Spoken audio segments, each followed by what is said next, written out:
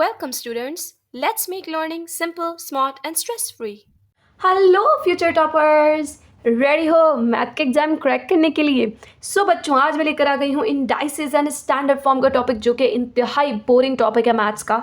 लेकिन क्या आपको पता है इस टॉपिक स्टार्ट करने से पहले अर्थ से सन तक का डिस्टेंस किसी को मालूम है बच्चों? Cases, any cases? Let me right it down और फिर मुझे बताना कि क्या आपको ये पता था या नहीं पता था। अगर पता था तो ज़बरदस्त, और अगर नहीं पता था तो और भी ज़बरदस्त बात है, क्योंकि ये देखो, पता है ये कितने हैं ज़ीरोज़ हैं? पता है ये कितना बन रहा है? ये बन रहा है 149.6 बिलियन मीटर्स। अब बच्चों, ज़ीरोज़ हैं बहुत ज़्यादा, और अगर हमारे साइंटिस्ट नासा के जो रिसर्च कर रहे हैं डिस्टेंस पे अर्थ टू सन के, और इसको और कैलकुलेशंस में यूज़ कर रहे हैं, मुझे बताओ, अगर उन्होंने एक ज़ीरो कम लिख दिया या एक ज़ीरो ज़्यादा लिख दिया तो क्या हो जाएगा बच्चों?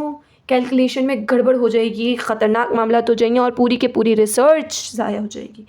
तो क्या अगर साइंटिस्ट ने ये डिसाइड किया कि हम इसको ऐसे लिखेंगे, कैसे लिखेंगे बच्चों? ऐसे लिखेंगे। अब मुझे पता है साइंटिस्ट ने डिसाइड करके आपकी लाइफ तो बना दी मुश्किल, क्योंकि अब आपके एग्जाम में आ रहा है कि भाई ऐसे लिख के दिखाओ।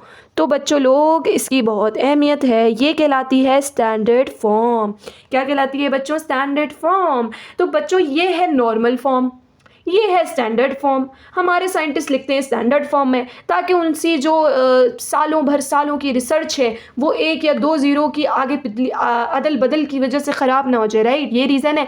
तो बच्चों, ये है बहुत ही आसान, ट्रस्ट मी, बहुत ही आसान है, हम इसको समझेंगे। एक और एग्जाम्पल से बताती हूँ बच्चों। Size of a single virus क्या है भाई? लिख के दिखाऊँ? किसी को भी नहीं पता होगा। ये पक्का सन तो चलो बच्चों को पता ही हो सकता है, ये किसी को नहीं पता, ये किसी को नहीं पता। और अगर किसी को पता है भाई, क्या बात है आपकी, क्योंकि मुझे खुद नहीं पता था मैंने खुद निकाला है। तो देखो, सिंगल वायरस का साइज़ तो चेक करो।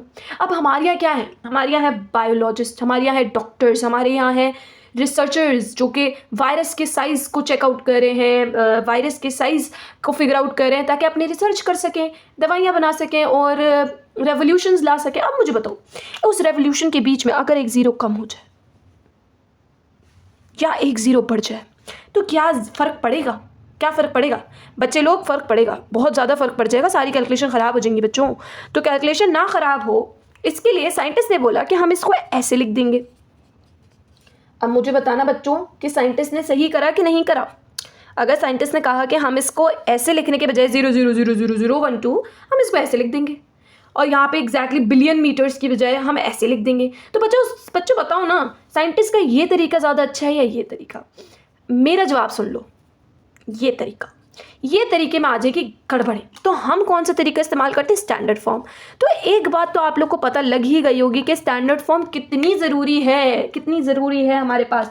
तो अब जब हमें ज़रूरत पता लग चुकी है तो मतलब सीखना भी ज़रूरी है ना। सिर्फ एग्जाम क्रैक करने के लिए नहीं सीखना, हमें इसका एक्चुअल यूजेज भी पता लग रहा है। तो अब आते हैं हम सीखने पर। ओके बच्चे लोग, तो इससे पहले कि हम समझे कि स्टैंडर्ड फॉर्म में कैसे लाऊं, हमें पहले समझना पड़ेगा इंडाइसेस क्या होती हैं। क्या बच्चों समझना पड़ेगा? इंडाइसेस क्या होती हैं। बड़ा ही प्यारा और इजी सा टॉपिक है। इंडाइसेस का मतलब समझ लो पावर। क्या समझ लो बच्चों? पावर। हमें इतना तो पता है कि 2 की पावर 2 ये स्क्वायर कहलाती है ना, पता है ना? 2 की पावर 2 स्क्वायर कहलाती है। 2 की पावर 3 क्या कहलाती है बच्चों? क्यूब कहलाती है। अब ये जिसको हम पावर कहते हैं उसको हमने एक और नाम दे दिया, जो कि है इंडाइस, तो अब बच्चों हमें ज़रा सा ये समझना पड़ेगा कि इंडाइसेस में कुछ लॉज होते हैं जिससे हम उनके बीच में मल्टीप्लिकेशन करते हैं, डिविजन करते हैं, एडिशन करते हैं, सब्ट्रैक्शन करते हैं। ट्रस्ट मी, बहुत ही आसान है। देखो भाई, देखो, हम आसान बना देते हैं। अगर मैंने अगर चलो साइंटिस्ट की बात कर रहे हैं ना, साइंटिस्ट हैं हम भाई, हम फ्यूचर के साइंटिस्ट हैं तो हम साइंटिस्ट की बात करेंगे। बच्चे लोग, चलो साइंटिस्ट भी नहीं, आपकी बात करते हैं। आपको आपके टीचर ने कहा इसको सॉल्व करके देना है। क्या कहा भाई टीचर ने? इसको सॉल्व करके देना है। 1 2 चलो कम कर देते हैं, इसको सॉल्व करके देना है, ठीक है। अब मुझे बताओ, क्या ये थोड़ी सी रेपिटेशन लग रही है? 2 × 2 × 2 × 2 × 2 लंबी हो रही है ना, जगह ज़्यादा गिर रही है। मैं इतनी जगह नहीं है मेरे पास, पेपर में जगह नहीं है, तो मैं क्या करूँगी, मैं इसको साथ मिला के 2 की पावर 5 लिख सकती हूँ। क्यों लिख सकती हूँ भाई 5? क्यों? क्योंकि 1 2 3 4 5। कैसे? 1 2 3 4 5, तो हमने इसको ऐसे लिख दिया 2 की पावर 5 में। और अब आपका कैलकुलेटर इतना महान हो चुका है कि आपको तो आराम से बता देता है कि 2 की पावर 5 क्या है, 32। तो इंडाइसिस क्या होती हैं भाई? इंडाइसिस क्या होती हैं? इंडाइसिस कुछ भी नहीं होती बच्चों, ये रिपीटेड मल्टीप्लिकेशन है जिसको हमने स्मार्टली लिख दिया अपनी जगह बचाने के लिए, और कोई गड़बड़ ना हो लिखते हुए, उसके लिए भी। तो इंडाइसिस क्या होती हैं बच्चों? Repeated multiplications smartly.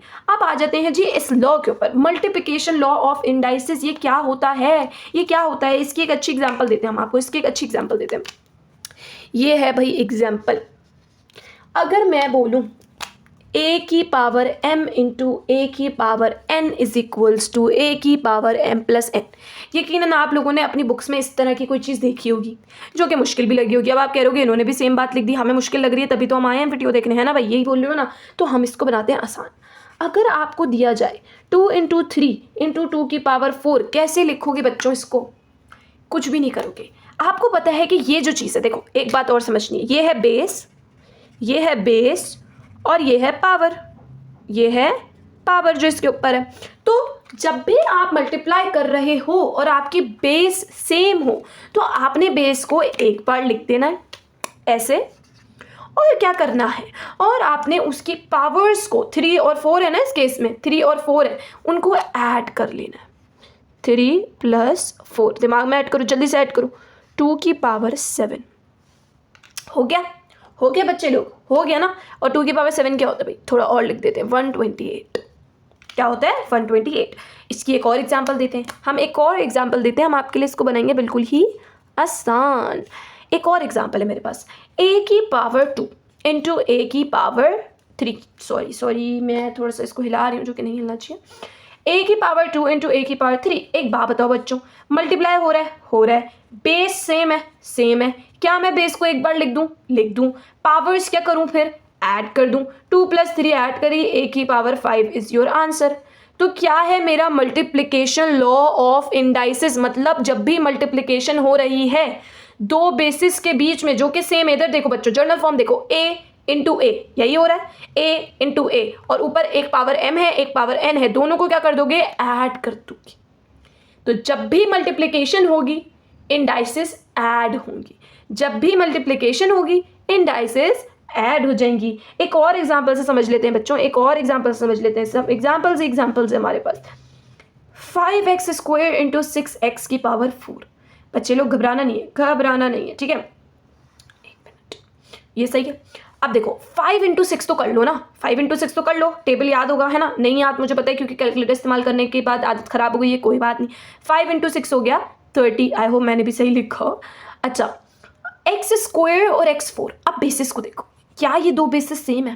बिल्कुल सेम है। x लिख दूं, इंडाइसिस को ऐड कर लूं, क्या बताया था? बेस को एक बार लिखो, इंडाइसिस को ऐड कर दो, 2 प्लस 4 को ऐड करो बच्चों, क्या बन रहा है? 30x की पावर 6। आसान था बच्चों, आसान था ना? एक और एग्जाम्पल करेंगे, अभी भी कंफ्यूज है, एक और एग्जाम्पल से समझेंगे। Square y square into x की पावर 6 y की पावर 5। बच्चों इसको गौर से देखो, एक्स स्क्वायर इंटू एक्स, सबसे पहले तो ये देखो, एक्स स्क्वायर इंटू एक्स की पावर 6। तो सबसे पहले एक बेस लिख दो x, जो सब जब सेम बेसिस है ना उन्होंने ही मल्टीप्लाई होना है। 2 प्लस 6 क्या हो जाएगा? 8। अब y को देखो, y आपस में मल्टीप्लाई हो रहे हैं, y को लिख दो एक बार, 2 y की पावर 2 y की पावर 5, तो 2 प्लस 5 इज 7। बन गया आंसर बच्चों। आई होप आप लोग को समझ आ गया होगा मल्टीप्लिकेशन लॉ ऑफ इंडाइसिस। तो अब हम मिलेंगे नेक्स्ट पार्ट में जिसमें मैं आप लोग को समझाऊंगी division law of indices. Tata bye bye, till then take care. Future toppers के पेपर को कर दो क्रैक और आ जाओ टॉप इंशाल्लाह। Bye bye. Don't forget to like, comment, and subscribe. Let's make maths stress-free, simple, and easy. Let's ace maths together. Thanks for watching.